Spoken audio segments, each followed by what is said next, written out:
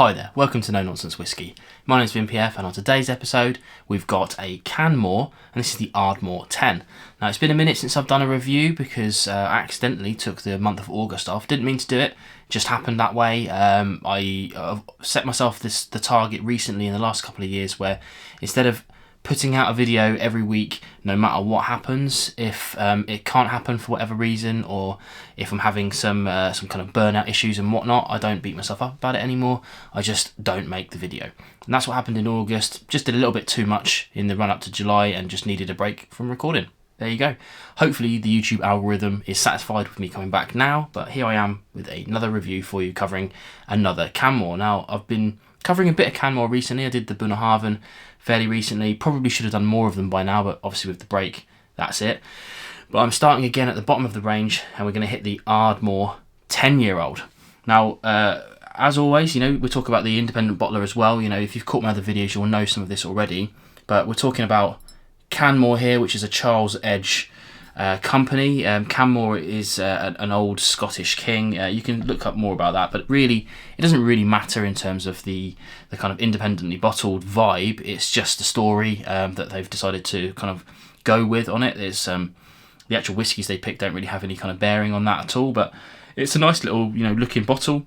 All of the bottles have different kind of colour to them for whatever reason. I don't think there's any actual real rhyme to that, not like SMWS and whatnot, but it does differentiate them a little bit, and they've gone for kind of like a classic design on this, which I think looks pretty neat. They're mostly doing Scotch at the moment, so we'll see what they do going forwards. But yeah, it's 46% dead on, and it's obviously Highland, and runs for about £60-65. I think on their website it's £65. Master of Malt is 60, 59.95 or whatever. And as always, if you want to pick that up, there's a link in the description below. It's an affiliate link, so I get a small kickback off that, but it always helps. Everything like that helps. So yeah, check out the links out below, and you can grab hold of this if you fancy it. Not really much else to say about it other than it's an Ardmore and it's a 10-year-old. Let's see how it stacks up on the nose and on the palate.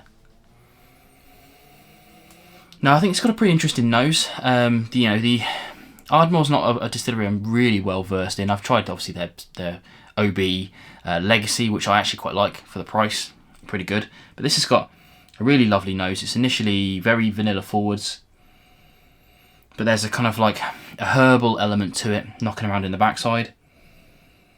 And it's got just a little waft of smoke. It's not overbearing at all, or even, dare I say, most people don't think would detect it, especially if you're kind of newer to the olfactory system practice. But for me, I get a bit of a waft of smoke on the back end.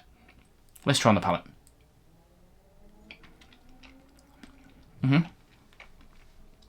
Now it's interestingly, it's got a really nice, thick and rich mouthfeel to it that I'm enjoying.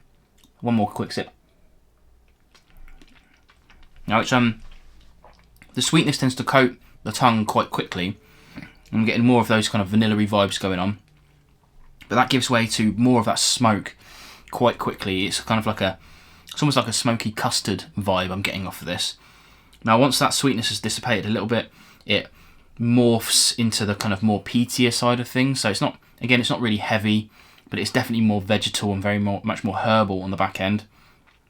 The finish isn't massive, it's kind of medium in length, but once the sweetness has gone, it really is that kind of like a smoky vegetal vibe at the back end. Kind of sours out towards the back end again. But again, as I always say, sour isn't a negative, it's just a tasting note. I actually really enjoy this. What I tend to find when a whiskey sours out towards the back end, it tends to feel more moorish and tends to make you want to go back in for another sip, and that's what is happening with this, so I'm gonna. Now, elephant in the room, I know what you're all going to say. Ardmore 10-year-old, 46%, it's quite expensive, 60 quid. Yes, it is, but I still think, although this is like the lower end of what they do as a single cask, this sort of 60 quid, then there's a small jump up to the others, which I'll cover fairly soon. So the big lad, which is the Bunnahabhain at £90-95, quite expensive. That said, on the rare occasions I've actually tried an Ardmore, this fits in quite well with the mouthfeels that I'm getting from those more single cask vibes with Ardmore.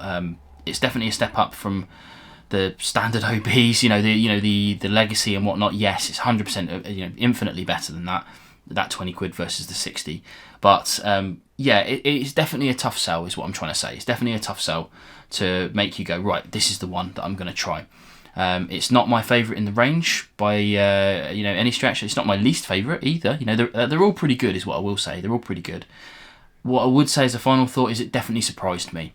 Being not that well versed in Ardmore, I kind of have it in my head that it's a bit of a distillery that you just think, well, it doesn't leap out at you or kind of fill me with any kind of like excitement or whatnot. That said, this whiskey, I wasn't expecting much from it, genuinely. And when I've tried it, and you can see I've tried a good old couple of wedges off of this, I've really enjoyed it. It's a really enjoyable whiskey, very casual drinking for sure, but that mixture of sweetness and a little bit of peat without being overbearing, perfect for a casual sipper. And not quite in the realms of guard whiskey. There's only like 280 something bottles of this around. Bit expensive for a guard whiskey, bit limited, so once it's gone, it's gone.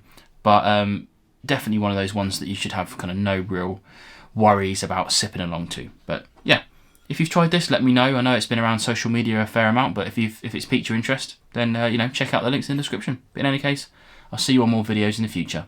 Cheers.